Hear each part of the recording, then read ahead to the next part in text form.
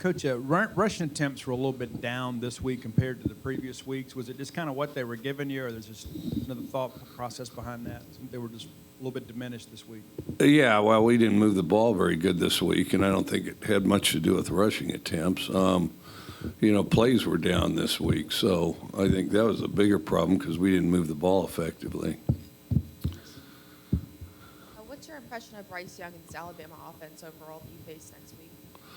I think they're good. They have quality players, and they're explosive. Several guys are pretty explosive, but I think he's pretty good. He can help himself with his feet. Coach, I know you were concerned about energy at practice last week. I know you just had one day to judge it by, but how did they come back yesterday? I thought we were fine yesterday. I thought we were fine yesterday. Mike, you guys had 6 false starts and 5 defensive holdings in that game against Kentucky. I guess what did you maybe see, more specifically with the holding calls that maybe you guys could address and clean up a bit at practice this week? Well, I saw a little of all the above. I saw technique, that we need to be better at. I saw dumb, and then I saw some that were kind of curious calls, so. Mike, you took responsibility real quickly for the loss after LSU, after Kentucky. When you talk about practices, and 2 of them, should player leadership have factored into helping turn that around last week? Well, you constantly try to build that, try to work that, try to elevate that, and so some of it happens naturally, but you got to do whatever you can to elevate it. I mean, we got a couple pretty strong leaders, Will and Buki, but I think that we need more guys behind them too. So.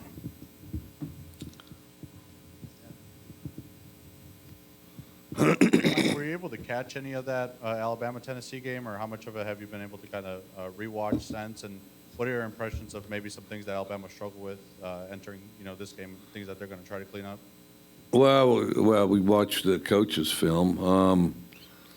I think that I thought that Tennessee played really fast. I thought that the quarterback and the receiver were really on the same page, and had some pretty good timing to when they got some of their explosive plays in there. It was a really tight back and forth game. Coach, we hear all the time about how difficult it is to play on the SEC road. What makes it so difficult to play a road game in the Southeastern Conference? I think the biggest thing is the change of routine. I think that, I think it's, in a lot of cases, it's no harder than you make it, but there is a change of routine. I mean, to being on the road and at home, and then I think some football's kind of a creature of routine, and I think that sometimes that, until you get used to it or focus through it, I think that can have an impact. After the Kentucky game, you said that practice didn't look the same that week as it did the 2 weeks before. What adjustments have you made to make sure that practice looks better going into this week? Well, we haven't practiced yet, so we'll. What do the politicians say? They circle back all the time, don't they? Well, I'll circle back. There's not a chance in hell I'm circling back, but if you happen to find me and ask again, I'll probably give you a pretty good answer.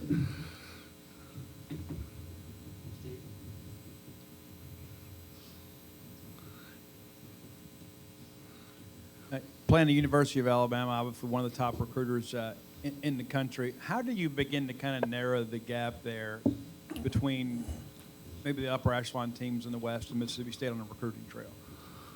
The biggest thing, you just kind of focus on what you've got and what resources you have, and just try to elevate them as much as you can. And I think we're making progress. You try to make it as fast as you can. In the last 2 years, it's become a more volatile kind of recruiting situation, and the dust hasn't settled on it. So, you try to guide through that. Mike, there's obviously a lot of talk about, how good Alabama under Nick Saban has been, coming off losses. Obviously, earlier this year, you guys were pretty good when you came off that LSU loss. I guess what goes into maybe establishing that mindset of not letting one loss kind of trickle down into 2 or 3 in a row there? just sticking together and working hard. And if everybody's really committed to what they're doing, I mean, they just get right back at it and, just try to work through it. But by the same token, you have to commit to it too, You mentioned watching some of the Alabama-Tennessee film. I know Josh Heupel played quarterback under you at Oklahoma. I don't know how much of that you've watched, but how much does his offense resemble yours, and what kind of concepts did you take it from that? He's definitely got some things that look familiar, There's some things that look familiar, and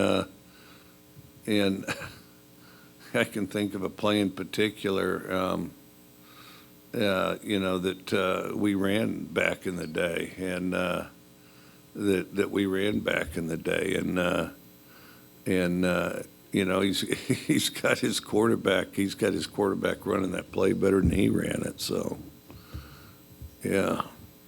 Kind of to follow up on that, I mean, guys like Josh and Sonny Dykes obviously having a lot of success at TCU. What's it like for you, kind of, having the experience that you have watching, the guys you've coached or have played for you or coached with you, kind of, start this coaching tree that you have? It's tough while you're coaching because you're busy tending to your own team, and you just kind of hear about it secondhand or, quickly see a score or something. I mean, I'm happy for them and all that as far as, to really enjoy it, recollect, exchange ideas, stuff like that. I mean, heck, you kind of got to be out of it to do that. Otherwise, you're too busy with what you're doing yourself, I know Alabama has a Heisman Trophy winner at quarterback, but it looks like that number one running back looks like he makes their offense go. What are your impressions of him and what he's done? No, I think he's really good. I think, that's the thing.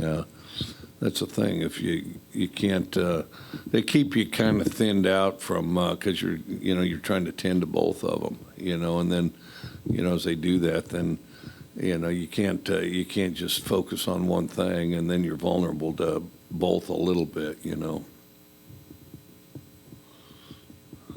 know some coaches might mention a losing streak that their school might have against an opponent as motivation. Is that something you will talk about this week? No. I mean, all that counts is what you do today and then what you do next, I mean, you don't have any control over that. That doesn't affect anything. You had some, I think it was Jet last year who said that, he felt like as Alabama kind of built that lead, the helmet sticker of seeing Alabama on the other side maybe, impose some will on your guys. I guess, do you kind of have the hope that, with some more experienced guys, they're not really fazed by, it being Alabama on the other side?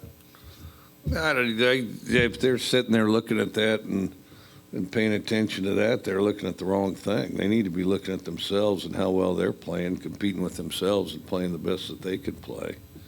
I mean, they can control the guy in their uniform. They can't control the guy in the other uniform. They got to focus on themselves.